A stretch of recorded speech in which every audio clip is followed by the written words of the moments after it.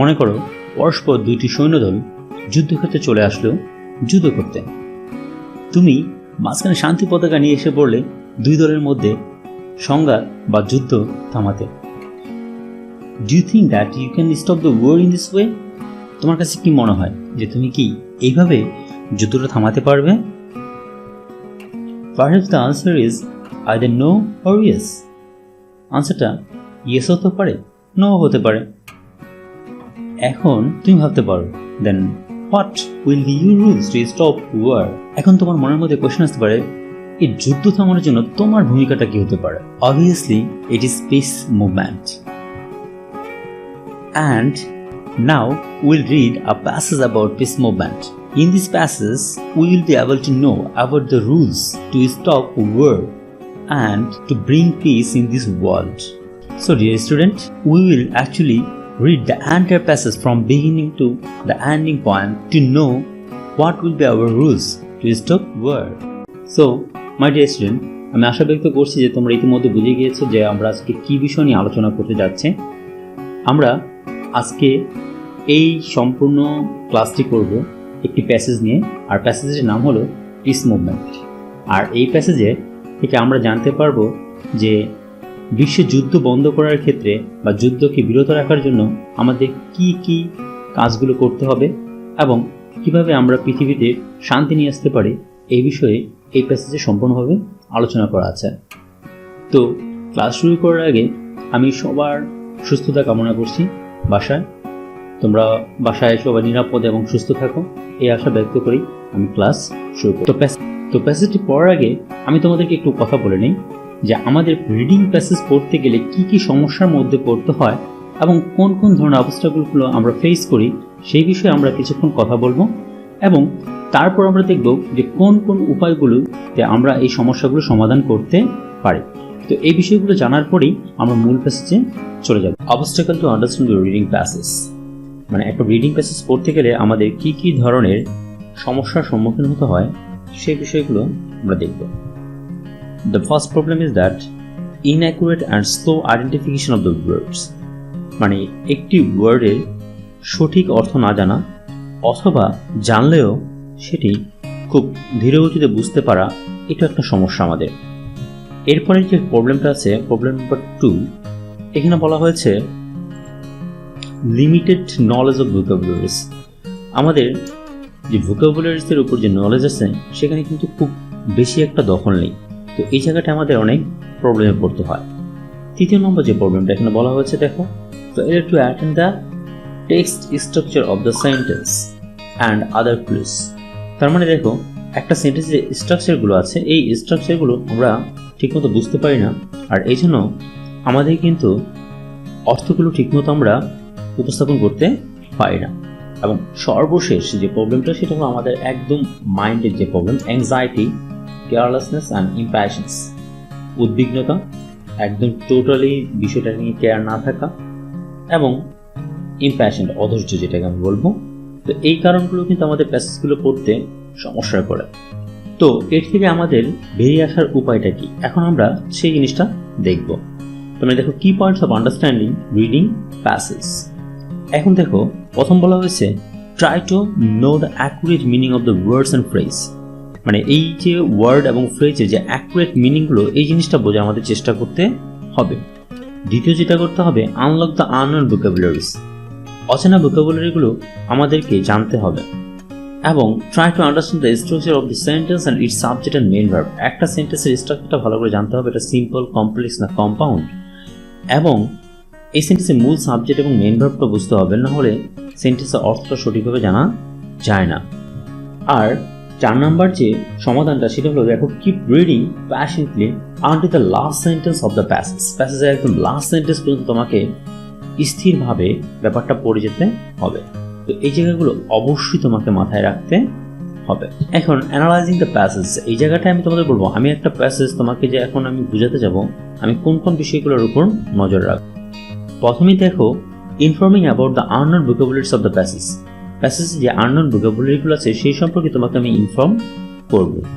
এরপর যেটা আমি তোমাকে বোঝানোর চেষ্টা করবো সেটা explaining the sentence structure of the passage 1 by 1, প্রত্যেকটা সেন্টেন্সকে আমি আলাদা করে স্ট্রাকচার অনুযায়ী এই জিনিসটাকে এক্সপ্লেইন করার চেষ্টা করব এবং সর্বশেষে illustrating the meaning of the sentence clearly at the end, এবং অবশ্যই সর্বশেষে তোমাকে ব্যাপারটার অর্থটাকে পুরোটা বুঝিয়ে দেওয়ার চেষ্টা করব। এবং তোমাকে যে কাজটা করতে হবে, অবশ্যই নোট রাখতে হবে, খাতা কলম নিয়ে নিতে হবে, এবং যেই বিষয়গুলোকে আমি ব্যাখ্যা করবো সেই বিষয়গুলো তুমি অবশ্যই নোট রাখবা। তো তোমরা ইতিমধ্যে জেনে গিয়েছো যে আমরা কি কি ধরনের অবস্থাগুলো ফেস করি। তো এখন আমরা যে কাজটা করব, এই যে সম্পূর্ণ যে প্যাসেজটা, এই প্যাসেজটা আমি প্রথমে ভোকাবুলারিগুলো আলোচনা করব, তারপরে এক একটা সেন্টেন্স আমি সম্পূর্ণভাবে ব্যাখ্যা করে তোমাদের সাথে উপস্থাপন করব। তো আশা করি তোমরা সম্পূর্ণ বিষয়টা মনোযোগ সহকারে দেখবে এবং দেখার পরে এই বিষয়টার প্রতি যে হোমওয়ার্কগুলো থাকবে সেই হোমওয়ার্কগুলো নিজেরা করে নেবে। তো চলো দিস মুভমেন্টের ঠিক প্রথম সেন্টেন্সটা আমরা একটু পড়ে নিই। তোমরা যদি দেখো পুরো সেন্টেন্সটা প্রথম থেকে শেষ পর্যন্ত অনেক লম্বা একটা সেন্টেন্স। তো এই সেন্টেন্সটা বুঝতে হলে কিন্তু আমাদের প্রথমে যে বিষয়গুলো জানতে হবে সেটা হলো কিছু ভোকাবুলারিজ।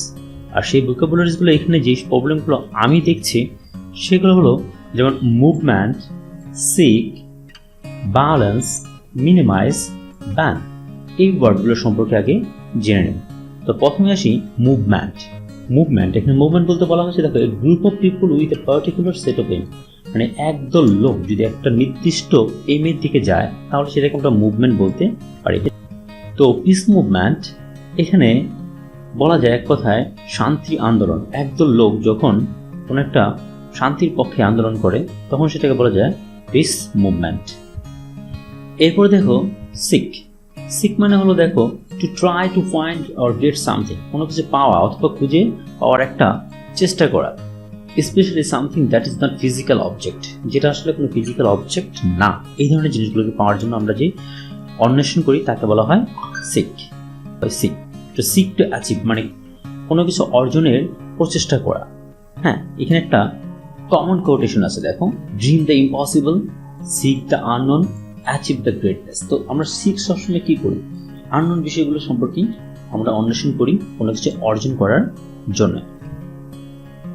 এখন দেখো ওয়ার্ডস মিনিমাইজ, এটা খুব সহজ একটা word. To reduce something to the least possible level of amount, মানে কোনো জিনিসকে একদম সর্বশেষ পর্যন্ত রিডিউস করে দেওয়া, হ্রাস করে দেওয়া। এখানে একটা উদাহরণ দিলাম, মনে করো একটা বক্স, এই বক্সটাকে আমি রিডিউস করতে চাই, এটাকে আমি এখন কি করতে পারি, এরকম করে ছোট করে দিতে পারি। তার ব্যাপারটা কি হলো, রিডিউস হয়ে গেল বা মিনিমাইজ হয়ে গেল। এরপর দেখাচ্ছ violence, action or words that are intend to hurt people, মানে এমন কোনো অ্যাকশন করা অথবা ওয়ার্ড ব্যবহার করা যেটা অন্যকে হার্ট করে, মানে আঘাত দেয়। তো এই ধরনের কাজগুলোকে তো ইন্টারহিউম্যান ব্যালেন্স, মানে মানুষের মধ্যে যখন নাকি এরকম সহিংসতা দেখা দেয় সেটাকে বলা যায় ইন্টারহিউম্যান ব্যালেন্স। এরপর দেখো ban, to forbid something specially officially, কোনো কিছুকে একদম অফিসিয়ালি ভাবে নিষিদ্ধ করে দেওয়াকে বলা হয় ব্যান। তো দেখো ব্যান অফ গানস, যেটাকে বলা যায় একটা গানকে কি করা, নিষিদ্ধ করে দেওয়া। এবার খেয়াল করো এই যে সেন্টেন্সটা, এই সেন্টেন্সটা পড়তে গেলে এখন আমাদের যেটা করতে হবে যে এটার স্ট্রাকচারটা ভালো করে জানতে হবে, না হলে এত বড় একটা সেন্টেন্সের মিনিং খুঁজে পাওয়া কিন্তু খুবই টাফ। তো দেখো আমরা পুরো সেন্টেন্সটা প্রথম থেকে পড়ি। A peace movement is a social movement that seeks to achieve ideals such as the ending of the particular war or all wars, minimize the interhuman violence in a particular place or type of situation, including ban of guns, and is often linked to the goal of achieving world peace. তো দেখো লম্বা sentence, এই সেন্টেন্সটাকে এখন আমি যদি explain করি তাহলে আমি কি করব, দেখো এই সেন্টেন্সের মধ্যে আমি যদি বলি এই যে অংশটা, এটাকে কিন্তু সাবজেক্ট আমরা সবাই বুঝতে পারছি, তাহলে এই পিস মুভমেন্ট এর সাবজেক্ট। এরপর আছে কি ভার্ব হলো ইজ, এটাকে বলা হচ্ছে ভার্ব। এই যে পরের যে অংশটা আছে দেখো সোশ্যাল মুভমেন্ট, এই যে সোশ্যাল মুভমেন্টের কথা বলছি এটাকে যদি আমি এখানে বসাই অনেকে এখন বলবে এটা অবজেক্ট, এটাকে কি বলে দিবে, অবজেক্ট বলে দেবে, কিন্তু এইটাকে আমরা বলবো সাবজেক্ট কমপ্লিমেন্ট।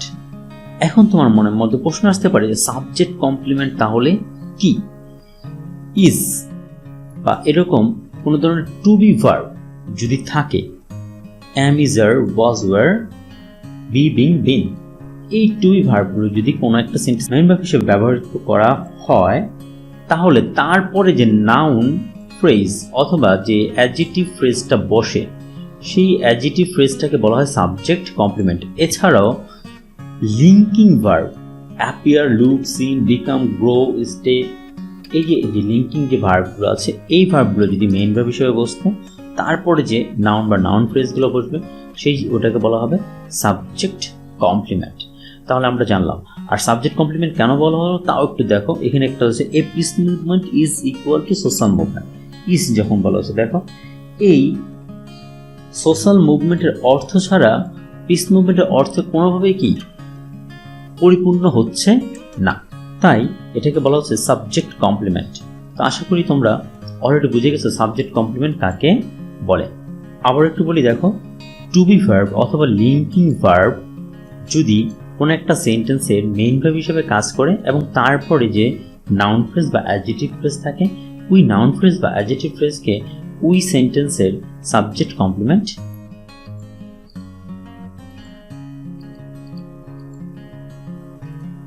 এখন আমরা সেন্টেন্সের পরবর্তী অংশটা দেখব। দেখো এরপর দেওয়া আছে that seek to achieve ideals. তো এখানে এই সেন্টেন্সে যে দ্যাট দেওয়া আছে এই দ্যাটের পরে একটা কিন্তু ক্লজ দেওয়া আছে। তো এই দ্যাটটাকে আমরা এখানে ব্যবহার করলাম এবং এই দ্যাটটাকে বলা হয় relative pronoun. Who, whom, what, when, while, how, where, that. এই ধরনের যে ডাবলস কোয়েশ্চেনগুলো আছে যখন এগুলো একটা সেন্টেন্সের লিঙ্কার হিসেবে কাজ করে, দেখো এই যে এখানে একটা কি সেন্টেন্সের মাঝখানে লিঙ্কার হিসেবে কাজ করতেছে এবং আরেকটা ক্লজকে কি যুক্ত করছে, তখন এই যে এই ওয়ার্ডটাকে বলা হয় রিলেটিভ প্রোনাউন এবং তারপরের অংশটাকে বলা হয় রিলেটিভ ক্লজ। তো আশা করি এতটুকু বুঝতে পেরেছ। এই যে দ্যাটটা যে ব্যবহার করলাম এই দ্যাটের পরে কিন্তু এখানে একটা ভার্ব ব্যবহার করা হয়েছে। একটু খেয়াল করো, এই যে ভার্বটা এখানে ব্যবহার করা হলো এই ভার্বটা তাহলে কি অনুযায়ী আসলো? এই দ্যাটটা তো একটা প্রোনাউন, কোন একটা নাউনকে ইন্ডিকেট করেছে। তো এই দ্যাটটা কাকে ইন্ডিকেট করেছে? এই দ্যাট বা হুইচ বা হোয়াট যাই বসুক না কেন এখানে লিঙ্কিং ওয়ার্ড হিসেবে রিলেটিভ প্রোনাউনে, এই রিলেটিভ প্রোনাউন কোন একটা নাউনকে ইন্ডিকেট করে, সেই নাউনটাকে বলা হয় অ্যান্টিসিডেন্ট। আর অ্যান্টিসিডেন্টটা কোনটা? ঠিক এই ওয়ার্ডের পূর্বে যে নাউন বা নাউন ফ্রেজ থাকবে তাকেই বলা হয় তার অ্যান্টিসিডেন্ট, মানে পূর্ব নির্দেশক। হ্যাঁ, এই প্রোনাউনের পূর্ব নির্দেশক হলো এখানে সোশ্যাল মুভমেন্ট। তাহলে এখানে যে পুরো আমি ভার্বটা নিয়ে আসলাম এই ভার্বটা কিন্তু এই সোশ্যাল মুভমেন্ট অনুযায়ী আসলো। তো এই বাকি অংশটাকে এই যে এখন that seeks to achieve ideals এই পুরো অংশটাকে এখন আমরা বলবো রিলেটিভ ক্লজ। তো আশা করি এতটুকু তোমরা বুঝতে পেরেছো। তাহলে অর্থ হলো a peace movement is a social movement. একটা পিস মুভমেন্ট হলো একটা social movement that seek to achieve ideal, যেটা একটা আদর্শগুলোকে অর্জন করার চেষ্টা করে। তাহলে আমরা যদি জানি peace movement is equal to social movement, তাহলে আমরা বলতে পারি যে peace movement seek to achieve ideals. একটা পিস মুভমেন্ট কি করে? আইডিয়াল খোঁজার চেষ্টা করে। আর আমরা ইতিমধ্যেই নিশ্চয়ই জেনে গেছি রিলেটিভ ক্লজ কাকে বলে। এই রিলেটিভ প্রোনাউনের পরে যে ক্লজ যুক্ত হয়, মানে আবার যে সাবজেক্ট বা ভার্ব যুক্ত হয়, সেই অংশটাকে বলা হয় রিলেটিভ ক্লজ। তো আশা করি তোমরা এই অংশটাও বুঝতে পেরেছো। এখন সেন্টেন্সে পরে দেখো এই আইডিয়ালস, এই যে অংশটা কথা আছে দেখো সিক টু অ্যাচিভ আইডিয়ালস, মানে এই আইডিয়ালগুলো কি কি, তারপর দেখো কি কি আদর্শ অর্জন করে। যেমন দেওয়া আছে সাচেস এর পরে দেখো একটা করে নাউন ফ্রেজ দেওয়া থাকবে। যেমন দেখা যাচ্ছে এখানে the ending of particular war. প্রথম আদর্শটা কি? যে একটা নির্দিষ্ট যুদ্ধকে সমাপ্ত করা। দ্বিতীয়টা কি? Minimise inter human violence in particular place or type of situation, মানে কোনো একটা পার্টিকুলার প্লেসে বা টাইপ অফ সিচুয়েশনে ইন্টার হিউম্যান ভায়োলেন্সকে কমিয়ে আনা। এরপর দেখো এর সাথে আবার বলছি ইনক্লুডিং ব্যান অফ গান। আমি আবার এটাকে নিয়ে আসলাম ইনক্লুডিং ব্যান অফ গান, এটাকে নিয়ে আসলাম। তো দেখো এইগুলো কিন্তু এখানকার আদর্শ, মোট 3টা আদর্শের কথা বললো। এরপর দেখো তুমি খেয়াল করে তারপর কিন্তু আবার একটা অ্যান্ড লেখা আছে। এই যে এখানে লেখা আছে অ্যান্ড এর পরে আবার দেখো is often link to the goal of achieving world peace. World পিসকে কি করা? যে অর্জন করার জন্য এই যে লক্ষ্যের সাথে এটা কিছু সংযুক্ত আছে। তো আমি এটা এখানে বসাই দিলাম। এখন এই অ্যান্ডটা যে বললাম এটা কিন্তু একটা কম্পাউন্ড সেন্টেন্সের লিঙ্কিং ওয়ার্ড। তাহলে দেখো এই অ্যান্ডটা এটা আসলে কি, যে এ peace movement is a social movement, এইটুকু বলার পরে আমি যদি বলতাম and is often link to, the goal of achieving world peace, এবং এটা কি এই সোশ্যাল মুভমেন্টটা ওয়ার্ল্ড পিস অর্জনের সাথে সংযুক্ত আছে। তাহলে এই যে একটা ক্লজ, প্রিন্সিপাল ক্লজ, এটা আরেকটা প্রিন্সিপাল ক্লজ, এই দুইটা ক্লজ কিন্তু এখানে যুক্ত হয়েছে অ্যান্ড দ্বারা।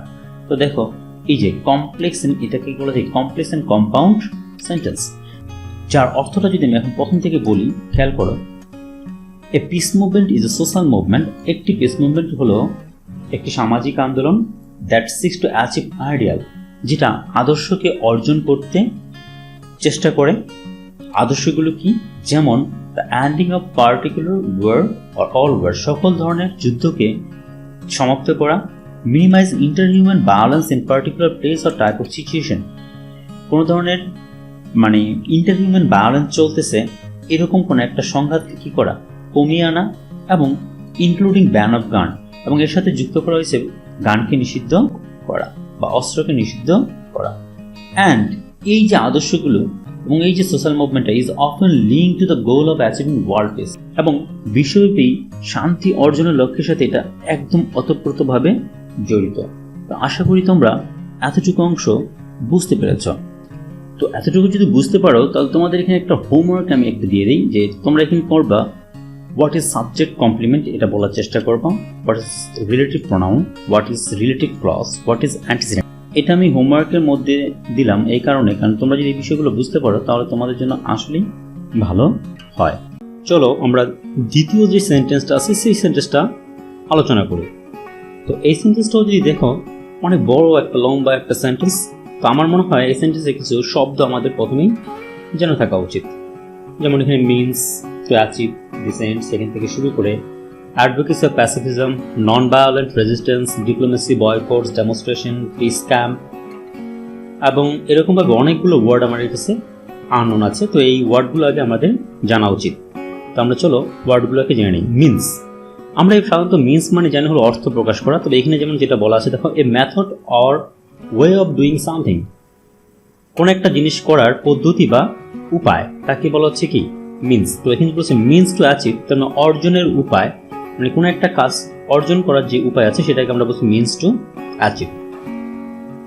অ্যাডভোকেসি, অ্যাডভোকেসি বলতে বোঝানো হয়েছে দেখো public support of an idea, plan or way of doing something, কোনো কিছু করার জন্য যে পাবলিক সাপোর্ট আমাদের দরকার হয় সেটা বলছে অ্যাডভোকেসি বলা হচ্ছে।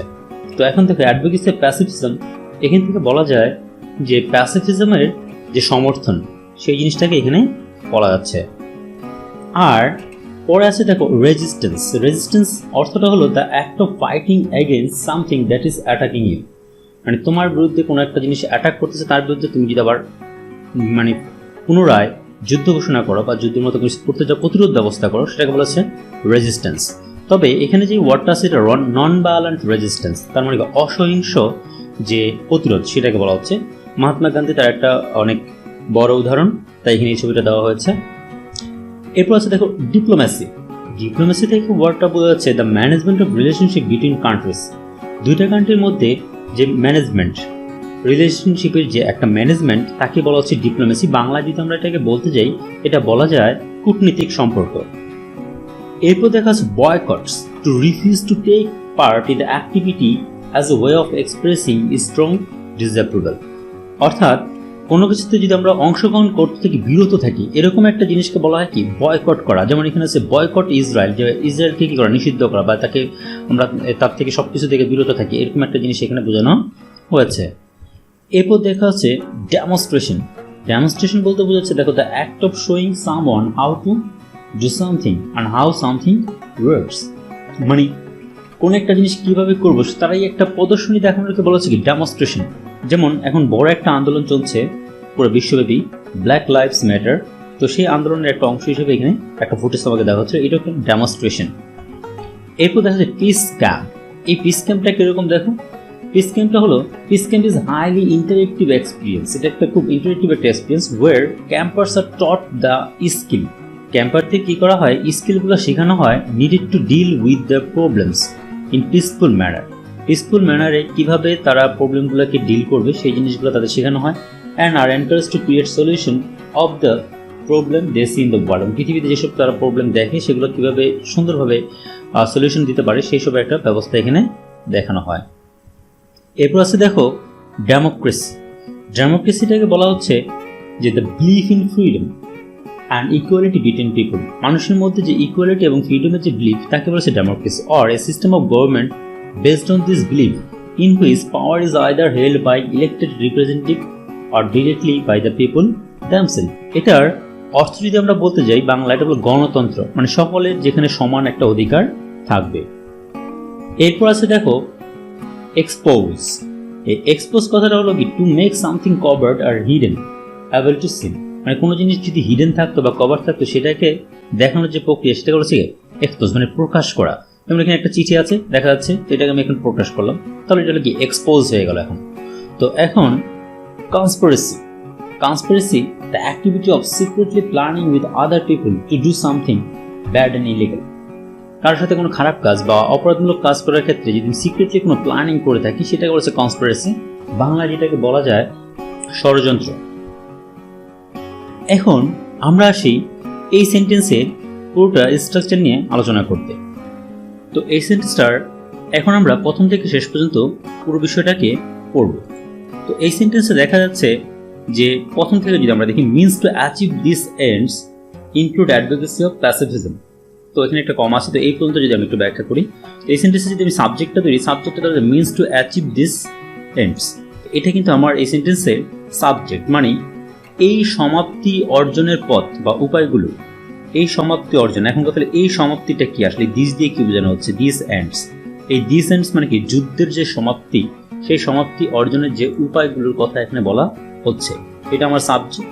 এবং এই সাবজেক্টের পরে আমার নিশ্চয়ই ভার্ব, এখানে হলো কি ইনক্লুড, মানে যুক্ত করা। হ্যাঁ, তো এই সমাপ্তি অর্জনের যে মাধ্যমগুলো তার সাথে যুক্ত আছে, কি কি যুক্ত আছে দেখো। প্রথমে বলছে অ্যাডভোকেসি অফ প্যাসিফিজম, এখানে বলা হচ্ছে অ্যাডভোকেসি অফ প্যাসিফিজম, তো এটা হলো কি একটা অবজেক্ট নাউন ফ্রেজ হিসেবে আছে। তারপর দেখো আছে নন ভায়োলেন্ট রেজিস্ট্যান্স, তাহলে এটাও কিন্তু একটা অবজেক্ট নাউন ফ্রেজ হিসেবে আছে। এরপর দেখো আরো কয়েকটা নাউন, পরের যে উপায়গুলোর কথা বলছে ডিপ্লোমেসি। আমরা অর্থগুলো কিন্তু একটাকে পড়েছিলাম, যে অ্যাডভোকেসি অফ প্যাসিফিজম মানে শান্তিবাদের সমর্থন, নন ভায়োলেন্ট রেজিস্ট্যান্স মানে যেটাতে বলছে যে অহিংস প্রতিরোধ, ডিপ্লোমেসি মানে কূটনৈতিক, বয়কট মানে কোনো জিনিসকে রিফিউজ করে দেওয়া, ডেমনস্ট্রেশন প্রদর্শন করা, পিস ক্যাম্প আমরা বুঝাচ্ছিলাম যে শান্তি যে ক্যাম্প। এখন এই কথা কিন্তু বললো। তারপর দেখো আরো কিছু উপায় বলছে, যে উপায়গুলো কিন্তু সাপোর্টিং এন্টি ওয়ার, আবার দেখো জিরান ফ্রেজ দিয়ে শুরু করলো। তো এখানে আমি কিন্তু বলতে পারি যে supporting anti war political candidates and banning guns, এই যে বিশাল বড় একটা জিরান ফ্রেজ এখানে বসালো, এটাও কিন্তু একটা উপায়। আর এই উপায়ের পরে আরেকটা বলছে ক্রিয়েটিং ওপেন গভর্নমেন্ট, আরেকটা জিরান ফ্রেজ, মানে এই ওপেন গভর্নমেন্টের মাধ্যমে কি এই কাজটা করা যায়, ডিরেক্ট ডেমোক্রেসির মাধ্যমে এটা করা যায়। এখন বলতে পারতে এগুলো কি, এই সবগুলো এক একটা অবজেক্টের অংশ। এতক্ষণ যেমন আমরা নাউন ফ্রেজ দিয়েছিলাম, নাউন দিয়েছি, এখন দিচ্ছি জিরান ফ্রেজ। আর এই জিরান ফ্রেজের পরে আবার দেখো আছে ডিরেক্ট ডেমোক্রেসি, আরেকটা নাউন ফ্রেজ, এবং তারপর আছে আবার gerund phrase, supporting people who expose war crimes and conspiracy to create war. তো এখন এই যে ব্যাপারটা দিয়ে দিলাম, দেখো আরেকটা জিরান ফ্রেজ নিয়ে আসলাম, এবং সবার শেষে আবার আনলাম মেকিং লজ। তো এই যে প্রত্যেকটা, মানে এই যে ভার্বটার পরে একটু খেয়াল করে দেখো, ভার্বের পরে যতগুলো বিষয় আসলো প্রতিটা একটা অবজেক্ট ছিল। এখানে কখনো নাউন ফ্রেজ ব্যবহার করা হয়েছে, কখনো জিরান ফ্রেজ ব্যবহার করা হয়েছে, কখনো শুধু নাউন হিসেবে ব্যবহার করেছে এই অবজেক্টগুলো। তার মানে এই প্রত্যেকটা একটা মাধ্যম, কিসের মাধ্যম, এই যে সমাপ্তি করার, এই যে এখানে যে বলেছে দিস এন্ডস মানে কিসের সমাপ্তি করার, যুদ্ধ সমাপ্তি করার।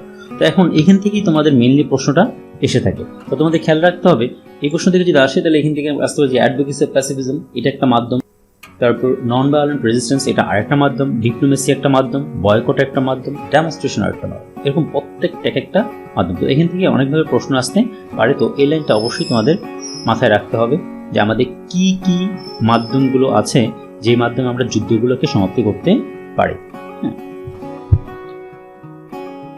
এবার দেখো আমরা এই প্যারাগ্রাফের শেষ যে সেন্টেন্সটা আছে সেই সেন্টেন্সটা নিয়ে আলোচনা করব। তো প্রথমে অবশ্যই বড় মতো আমরা ভোকাবুলারিগুলো নিয়ে আলোচনা করব। সেই ভোকাবুলারিগুলোর মধ্যে প্রথমে আছে দেখো ডাইভার্স বলছে including many different types of people or things, বিভিন্ন ধরনের মানুষ অথবা বিভিন্ন ধরনের বিষয়বস্তুর যে ডিফারেন্ট টাইপের জিনিসগুলো আছে সেটা হচ্ছে ডাইভার্স, মানে ভিন্ন ভিন্ন যে বিষয়গুলো সেটা বলা হয়েছে। যেমন অনেক ধরনের পুরো ওয়ার্ল্ডে বিভিন্ন রকম রিলিজন আছে, এই যে ভিন্ন ভিন্ন যে রিলিজন এই রিলিজনকে আমরা ডাইভার্স রিলিজন বলতে পারি। এরপর দেখো আছে সাস্টেনেবিলিটি। সাস্টেনেবিলিটি মানে কি the quality of causing little and no damage to the environment and therefore able to continue for a long time. মানে কোনো একটা এনভায়রনমেন্টের মধ্যে কি থাকবে না, অতটা বেশি ড্যামেজ হবে না এবং এটা লং টাইম পর্যন্ত টিকে থাকবে, এরকম একটা সাস্টেনেবিলিটি, স্থায়িত্ব যেটাকে আমরা বলতে পারি।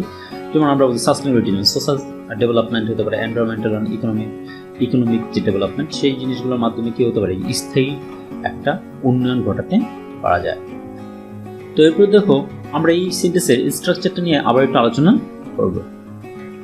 এই সেন্টেন্সে আমার সাবজেক্ট হিসেবে দেখো ডিফারেন্ট অর্গানাইজেশন, এই ব্যাপারটাকে আমরা নিয়ে আসলাম। তো ডিফারেন্ট অর্গানাইজেশনের পরে লেখা আছে involve in peace camp. Different অর্গানাইজেশনের পরে দেখো লেখা আছে ইনভলভ ইন পিস মুভমেন্ট। এখন অনেকেই ভাবতে পারে এই ইনভলভটাই হলো কি এখানকার ভার্ব। তো এখন বলতে পারি যদি এটা হতো তাহলে দেখা যেত যে অর্থটা কিন্তু ভিন্ন হতো, কিন্তু এই সেন্টেন্সের মূল যে ভার্ব সেটা হলো এই মে হ্যাভ। আর এটা তাহলে কি, এটা হলো পাস্ট পার্টিসিপল ফ্রেজ, যেটা কি করেছে নাউনটাকে মডিফাই করেছে, যে অনেকগুলো অর্গানাইজেশন যারা পিস মুভমেন্টের সাথে যুক্ত আছে।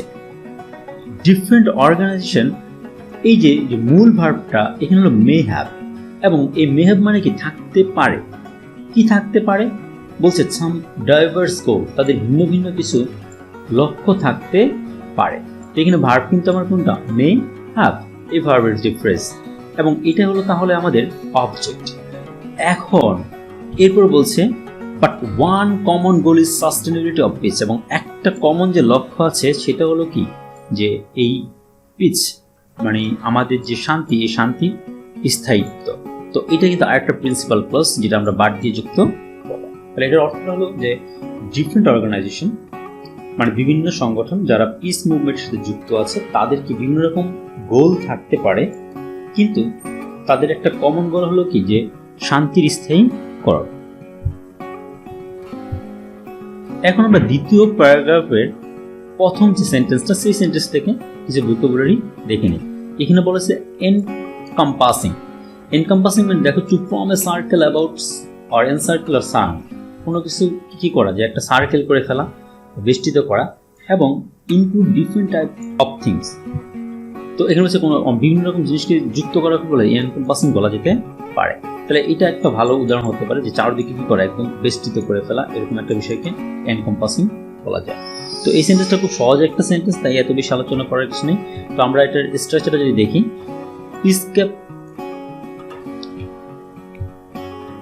Piece movement is basically an all encompassing antiwar movement. বলছে দেখো পিস মুভমেন্ট, এখানে আমার সাবজেক্ট পিস। এরপর আছে দেখো ইজ বেসিক্যালি, এটা আমার ভার্ব এবং অ্যাডভার্ব হিসেবে আসছে কি বেসিক্যালি। তো এটা মূলত অ্যান অল এনকম্পাসিং মানে একটা বেষ্টিত কি বলছে, এন্টি ওয়ার মুভমেন্ট, একটা যুদ্ধ বিরোধী আন্দোলনকেই বলা হচ্ছে কি পিস মুভমেন্ট। তাহলে এটা কিন্তু আবারও দেখো সেই যে বি ভার্ব হিসেবে কি, এটি আমার মেইন ভার্ব হিসেবে বসছিল বি ভার্বটা। তো এটা যেহেতু আমার মেইন ভার্ব হিসেবে বসছে, তাহলে এই জিনিসটাকে আমি আবার কি বলতে পারি, সাবজেক্ট কমপ্লিমেন্ট। এর আগে তিনি আলোচনা করা হয়েছিল। এখন আমরা দ্বিতীয় সেন্টেন্সটাতে আসি। দ্বিতীয় সেন্টেন্সে কিছু ওয়ার্ড আছে যে ওয়ার্ডগুলো আমাদের এখন জানা থাকা উচিত, যেমন ক্যারেক্টারাইজড এবং এই যে ওয়েজ, এই ওয়ার্ডগুলো আমাদের জানা থাকা উচিত। তো characterised to describe something by stating its main qualities. এটা মেইন কোয়ালিটিগুলো কি করা, ব্যাখ্যা করে যে ডিসক্রাইব করা হয় তাকে বলা হচ্ছে ক্যারেক্টারাইজ। এখানে হচ্ছে ক্যারেক্টারাইজ, যেমন আমি বিভিন্ন রকম কেক দিলাম, এই এক একটা কেকের ক্যারেক্টারিস্টিক বৈশিষ্ট্য কি হতে পারে, আলাদা আলাদা হতে পারে। তো সেইটাকে আমরা কি এটাকে বৈশিষ্ট্যমণ্ডিত করি বা চিহ্নিত করি, সেখানে আমরা ক্যারেক্টারাইজ বলতে পারি। মানে এই জিনিসগুলোকে আমি ডিসক্রাইব করতে পারি আলাদা আলাদা করে। এরপর আছে দেখো আছে ওয়েজ। এই ওয়েজ মানে দেখো to fight war or organise a series of activities in order to achieve something, কোনো কিছু অর্জনের জন্য কোনো কিছু অর্গানাইজ করা অথবা ওটার জন্য একটা যুদ্ধ করাকে বলেছে ওয়েজ। তো wage war on each other, এটা যদি আমরা বলি একে অপরের সাথে যুদ্ধ করা, খুব পপুলার একটা সায়েন্স ফিকশনের এখানে মুভির অংশ দেওয়া আছে, সিভিল ওয়ার ছিল সেটা। তো এখানে বুঝতে পারছি একে অপরের সাথে কি যুদ্ধ করা। এরপর দেখো আমরা এখন কি করব, এই জিনিসটাকে ব্যাখ্যা করব, এই স্ট্রাকচারটা সেন্টেন্সে ব্যাখ্যা করব। সেটা হচ্ছে it is primary characterised by a belief. এই পর্যন্ত যদি আমরা বলি যে এখানে আমার সাবজেক্ট হলো ইট এবং primarily characterise, is primary characterise, এটা হলো আমার বারবার ফ্রেজ যেটা প্যাসিভ ভয়েসে লেখা আছে, যেটা প্রাথমিকভাবে বৈশিষ্ট্যমণ্ডিত করা হয় বাই এ বিলিফ, একটা বিশ্বাসের দ্বারা। এরপর দেখো আবার একটা রিলেটিভ ক্লজ দ্যাট দিয়ে করা হয়েছে, human beings should not wage on each other, একে অপরের সাথে কি করবে না, তারা যুদ্ধে লিপ্ত হবে না। এবং বলছে engage in violent conflicts over race, natural resource, religion and ideology.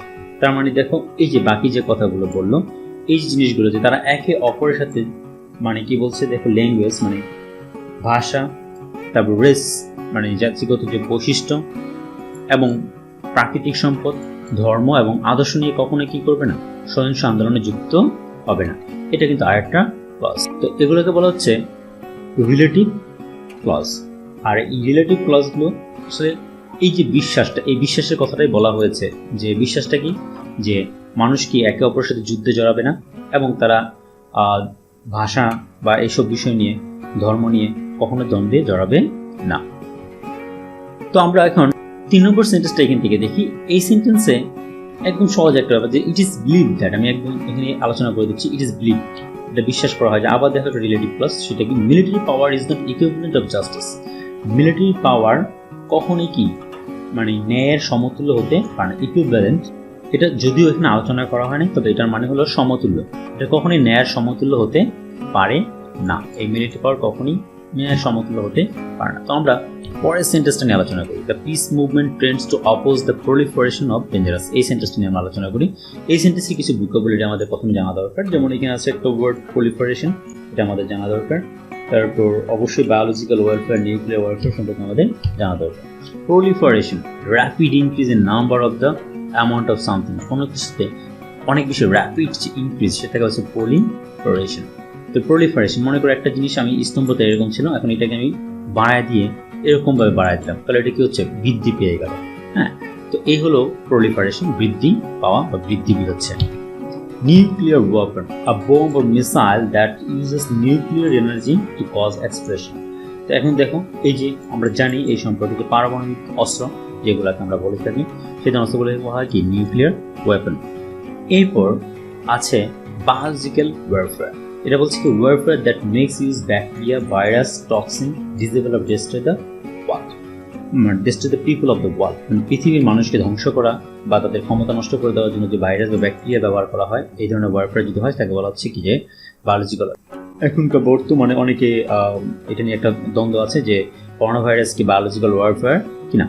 এখন এই সেন্টেন্সের যে আমি স্ট্রাকচারগত আলোচনা করতে চাই, তাহলে আমরা দেখব যে এই সেন্টেন্সে মূল যে আমার সেন্টেন্সের সাবজেক্ট সেটা কি, দ্য পিস মুভমেন্ট। এই পিস মুভমেন্ট তারপর টেন্স টু অপোজ একটা ভার্ব ফর ফ্রেজ, যার অর্থ কি, যে বিরোধিতা করতে চেষ্টা করে বা অভিপ্রায় করে। The proliferation of dangerous technologies and weapon of mass destruction, মানে বলছে যে অনেক ধ্বংসের যে অস্ত্রগুলো আছে এবং টেকনোলজিক্যাল যে ডেঞ্জারাস যে অস্ত্রগুলো আছে, এগুলোর যে বৃদ্ধি, এই বৃদ্ধিতে তারা কি করবে, এখানে একটা অপোজ করবে। অপোজ মানে কি করা, বিরোধিতা করা। এবং এই যে এখানে এক একটা অবজেক্ট বসছে, এবং অবজেক্ট হিসেবে কি বসছে, নাউন ফ্রেজগুলো বসতেছে, দুই জায়গায় বসলো।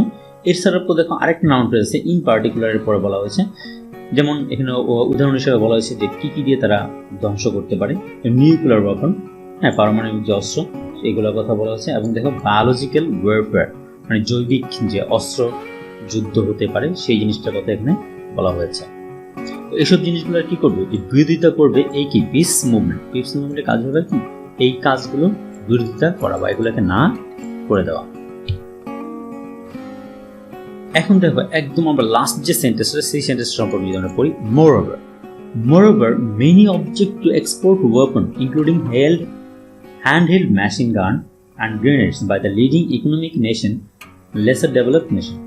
তো এখন দেখো এই সেন্টেন্সটাকে আমরা সরাসরি স্ট্রাকচারে চলে যাই। এখানে বলেছে দেখো যে মোর ওভার, তো এই কথাটার পরে বলেছে মেনি, মানে অনেকেই, অনেক লোক। এখানে আমার সাবজেক্ট হলো মেনি, অবজেক্ট টু এক্সপোর্ট, তো অবজেক্ট মানে কি, বিরোধিতা করা, অনেকে এটা বিরোধিতা করে। দ্য এক্সপোর্ট অফ ওয়েপন, কিসের বিরোধিতা করতেছে, দেখো ওয়েপনের যে এক্সপোর্ট করা সেটার কি একটা বিরোধিতা করছে, এটা হলো আমার এখানকার অবজেক্ট। এরপর বলা হয়েছে দেখো including hand held machine gun, যেখানে মেশিন গানগুলো থাকবে না, গ্রেনেডস থাকবে না, ঠিক আছে। এবং তারপর বলা হয়েছে দেখো by the leading economic nation to lesser development nation, মানে লিডিং ইকোনমিক নেশনগুলো যে অল্প উন্নত দেশে বা স্বল্প উন্নত দেশে যে এই ধরনের গ্রেনেড বা মেশিন গান যে এক্সপোর্ট করে থাকে সেগুলো কি করতে হবে, এক্সপোর্ট বন্ধ করতে হবে। আর এটার বিরোধিতা করবে কি এই পিস মুভমেন্টের অনেক যে সদস্য আছে বা মানুষেরা, তারা এটা করবে। তো আশা করি এই প্যাসেজে যতটুকু বোঝার মতো আমাদের মোটামুটি আমরা বোঝার চেষ্টা করি। তো মাই ডিয়ার স্টুডেন্ট, হোপফুলি তোমরা এতক্ষণ যাবৎ সম্পূর্ণ প্যাসেজটা মনোযোগ সহকারে দেখেছ এবং সম্পূর্ণ বিষয়টিগুলোকে নোট করেছ। আমি তোমাদের বলেছিলাম যে নোট করতে, আর তোমরা যদি অর্থগুলো নোট করে থাকো, সেন্টেন্স স্ট্রাকচারগুলো ভালো করে বুঝে থাকো, তাহলে আমি এখন তোমাদের যে হোমওয়ার্কগুলো দিব এই হোমওয়ার্কগুলো তোমাদের জন্য পড়াটা খুব সহজ হয়ে যাবে। করেছে তো এখন আসি হোমওয়ার্কে। তোমাদের এখন টাইম যে হোমওয়ার্কটা করে নেওয়া। তো হোমওয়ার্কের প্রথমেই দেখো, হোমওয়ার্ক ঠিক প্রথমে এখানে দেওয়া আছে choose the correct answer from the alternative. তো তোমরা এইটা পড়বে এবং তোমরা যদি অর্থগুলো জেনে থাকো তাহলে আশা করি এখানকার প্রত্যেকটা অর্থ তোমরা জানবে এবং এই অর্থ এবং এই হোমওয়ার্কটা সুন্দরভাবে করতে পারবে। এছাড়া হোমওয়ার্ক 2তে যেটা দেওয়া আছে দেখো, তোমরা শর্ট কোয়েশ্চেন করে নিবা এখান থেকে। হ্যাঁ, এই 5টা শর্ট কোয়েশ্চেন এখানে দেওয়া আছে, তোমরা তোমাদের মতো করে লিখবে। এর আগে শর্ট কোয়েশ্চেন নিয়ে ক্লাস দেওয়া আছে, সেই ক্লাসগুলো লক্ষ্য করলে তোমরা এই আনসারগুলো করতে পারবে। এবং এর আগে ফ্লোচার্ট নিয়েও ক্লাস করা হয়েছিল, তো এখান থেকে যদি ফ্লোচার্টে যদি প্রশ্ন আসে তো এই প্রশ্নগুলো আসতে পারে, তো এটাও তোমরা হোমওয়ার্ক হিসেবে করতে পারো। হ্যাঁ, এবং আরেকটা ফ্লোচার্ট এইভাবে আসতে পারে। তো যাই হোক, যেভাবে আসুক না কেন তুমি এই 2টা ফ্লোচার্ট তোমরা করে নিবা এবং এই কাজগুলো করে নিলে আমাদের মোটামুটি এই প্যাসেজটা সম্পূর্ণভাবে শেষ হয়ে যায়।